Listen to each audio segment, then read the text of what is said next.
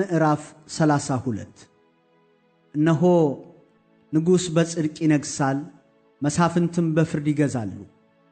ሰውም ከነፋስ እንደ መሸሸጊያ ካውሎ ንፋስም እንደ መጠጊያ በጥም ቦታም እንደ ወንዝ ፈሳሽ በበረሃም አገር እንደ ትልቅ ድንጋይ ጥላ ይሆናል።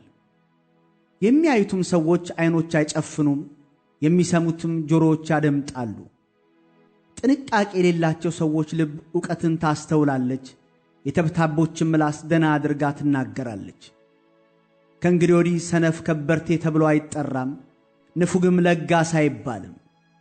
ሰነፍ ግን ስንፍናን ይናገራል፣ ልቡም ዝንጉነትን ይፈጽም ዘንድ በእግዚአብሔርም ላይ ስተትን ይናገር ዘንድ የተራበችውንም ሰውነት ባዶ ያደርግ ዘንድ ከተጠማም ሰው መጠጥን ይቆርጥ ዘንድ በደልን ይሠራል። የንፉግም ዕቃ ክፉ ናት። ችግረኛ ቅን ነገርን በተናገረ ጊዜ እንኳ እርሱ በሐሰት ቃል ድሃውን ያጠፋ ዘንድ ክፉን ሐሳብ ያስባል። ከበርቴ ሰው ግን ለመከበር ያስባል፣ በመከበርም ጸንቶ ይኖራል። እናንተ ዓለመኞች ሴቶች ሆይ ተነሱ፣ ድምፄንም ስሙ። እናንተ ተማምናችሁ የምትቀመጡ ሴቶች ልጆች ሆይ ንግግሬን አድምጡ።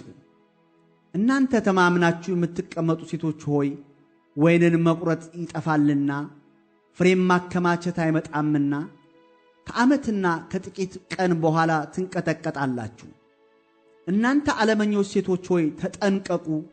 ተማምናችሁ የምትቀመጡ ሆይ ተንቀጥቀጡ፣ ልብሳችሁንም አውልቁ፣ ራቁታችሁንም ሁኑ፣ ወገባችሁንም በማቅ ታጠቁ።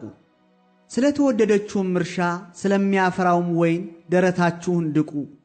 በሕዝቤ ምድር ላይ በደስታ ከተማ ባሉት በደስታ ቤቶች ሁሉ ላይ እሾህና ኩርንችት ይወጣባቸዋል። አዳራሹ ወና ትሆናለችና የብዙ ሰውም ከተማ ትለቀቃለችና አምባውና ግንቡም ለዘላለም ዋሻ፣ የምድረ በዳም አህያ ደስታ፣ የመንጎችም ማሰማሪያ ይሆናልና። ይህም መንፈስ ከላይ እስኪፈስልን ምድረ በዳውን ፍሬያማ እርሻ እስኪሆን ፍሬያማውም እርሻ ዱር ተብሎ እስኪቆጠር ድረስ ይሆናል። ከዚያ በኋላ ፍርድ በምድረ በዳ ይኖራል፣ ጽድቅም በፍሬያማው እርሻ ያድራል። የጽድቅም ሥራ ሰላም፣ የጽድቅም ፍሬ ለዘላለም ጸጥታና መታመን ይሆናል። ሕዝቤም በሰላም ማደሪያ በታመነም ቤት በጸጥተኛ ማረፊያ ይቀመጣል። በረዶ ግን በዱር ላይ ይወርዳል፣ ከተማም ፈጽማ ትዋረዳለች። እናንተ የበሬና የአህያ እግር እየነዳችሁ በውሃ ሁሉ አጠገብ የምትዘሩ ብፁዓን ናችሁ።